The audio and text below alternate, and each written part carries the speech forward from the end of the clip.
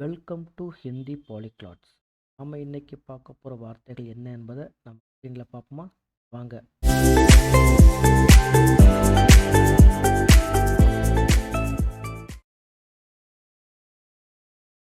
S, நம்ம அடிக்கடி உபயோகப்படுத்திக்கிட்டு இருக்க, வழக்கத்தில் யூஸ் பண்ணிக்கிட்டு இருக்க ஹிந்தி வார்த்தைகளை நம்ம பார்க்க போகிறோம். அதன் தொடர்ச்சியாக 7ஆம் பாகமாக இன்றைக்கி நம்ம பார்க்க போகிறோம். இது என்ன வார்த்தைகள் என்னங்கிறத நம்ம ஸ்க்ரீனில் பார்ப்போம். வாங்க.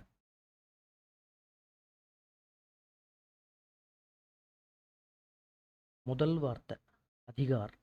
அதிகார் அப்படின்னா உரிமைகள், ரைட்ஸ்.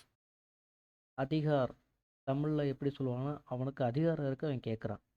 அதாவது அவனுக்கு உரிமை இருக்குது, அவனுக்கு கேட்குறான் அப்படிங்கிற அளவுக்கு நம்ம பேசும்போது அப்படி பேசுவோம். அதிகார் அப்படின்னா உரிமைகள், ரைட்ஸ். ரெண்டாவது வார்த்தை அதிகாரி. அதிகாரி அப்படின்னா ஆஃபீஸர்.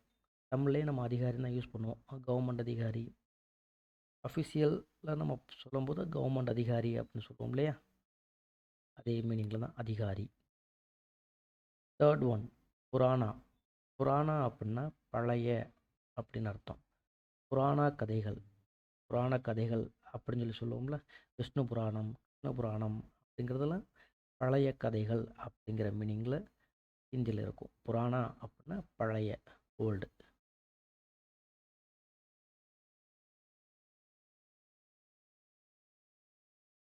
ஃபோர்த் ஒன் மூர்த்தி. மூர்த்தி அப்படின்னா சிலை, ஸ்டாச்சு. மூர்த்தி, கிருஷ்ணமூர்த்தி அப்படிலாம் பேர் வச்சுருப்பாங்க. ஆனால் கிருஷ்ணர் சிலை அப்படிங்கிற மீனிங்கில் தான் எடுத்துக்குவாங்க அதை ஹிந்தியில். மூர்த்தி அப்படின்னா சிலை.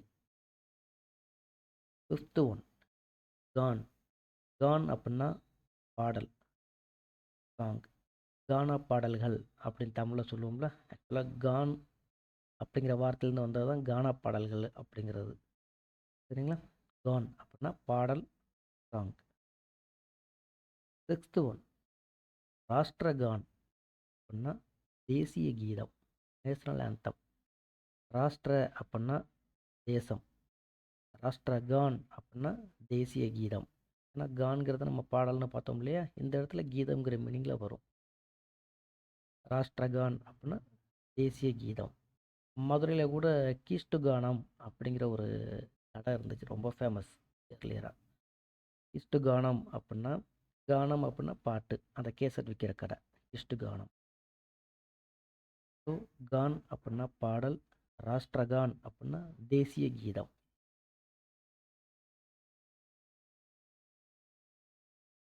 ஏழாவது வார்த்தை ராஷ்டிரபதி. ராஷ்டிரபதி அப்படின்னா ஜனாதிபதி, பிரசிடெண்ட், குடியரசுத் தலைவர். ராஷ்டிரபதி, ஜனாதிபதி. இந்த வார்த்தை அடிக்கடி நியூஸ்லேயும் பேப்பர்லையும் கேள்விப்பட்டிருப்பீங்க. ராஷ்டிரபதி அப்படின்னா குடியரசுத் தலைவர். எட்டாவது வார்த்தை ராஷ்டிரபதி பவன் அப்படின்னா குடியரசுத் தலைவரோட இல்லம் அப்படின்னு அர்த்தம். ஜனாதிபதி இல்லம், ரெசிடென்ஸ் ஆஃப் பிரசிடெண்ட். ராஷ்டிரபதி பவன். பவன் அப்படின்னா கட்டிடம்னு அர்த்தம். பவன் அப்படிங்கிற வார்த்தைக்கு தனியாக மீனிங் பார்த்தீங்கன்னா கட்டிடம். ராஷ்டிரபதி பவன், ஜனாதிபதி இல்லம். ஒன்பதாவது வார்த்தை விஸ்வாஸ். விஸ்வாஸ்னா நம்பிக்கை, ஃபெய்த். ரொம்ப விசுவாசமான ஆள் அப்படி சொல்லுவாங்களே, ரொம்ப விசுவாசமான ஆளுப்பா, ஸோ நம்பிக்கையான ஆள். ப்ராக்கெட்டில் ஆஷா அப்படின்னு போட்டிருப்பேன். ஆஷா அப்படின்னாலும் நம்பிக்கை தான். பெண் பிள்ளைகளுக்கெல்லாம் ஆஷான்னு பேர் வைப்பாங்கள்ல, ஆஷா அப்படின்னா நம்பிக்கை அப்படிங்கிற மீனிங் இதில் இருக்குது. விஸ்வாஸ், ஃபெய்த், நம்பிக்கை. பத்தாவது வார்த்தை சப்னா. சப்னா அப்படின்னா கனவு, ட்ரீம் அப்படின்னு அர்த்தம். நம்ம தமிழில் சொப்பனம், கனவு கண்டேன், சொப்பனம் கண்டேன் அப்படின்னு சொல்லுவாங்களே, இந்த சப்னாங்கிற வார்த்தையில் மருவி வந்தால் தான் சொப்பனம். சப்னா அப்படின்னா ட்ரீம், கனவு. தேங்க்யூ ஃபார் வாட்சிங். நான் சொல்கிற கண்டென்ட் உங்களுக்கு பிடிச்சிருக்குன்னா லைக் பண்ணுங்கள். முக்கியமான விஷயம், இதை பற்றி தெரியாதவங்களுக்கு ஷேர் பண்ணுங்கள். இன்னுமே நீங்கள் சேனலை சப்ஸ்கிரைப் பண்ணாமல் இருக்கீங்கன்னா மறக்காமல் சப்ஸ்கிரைப் பண்ணிட்டு ஆல் நோட்டிஃபிகேஷனை எனேபிள் பண்ணிக்கோங்க. நெக்ஸ்ட் வீடியோவில் பார்ப்போம். Bye bye.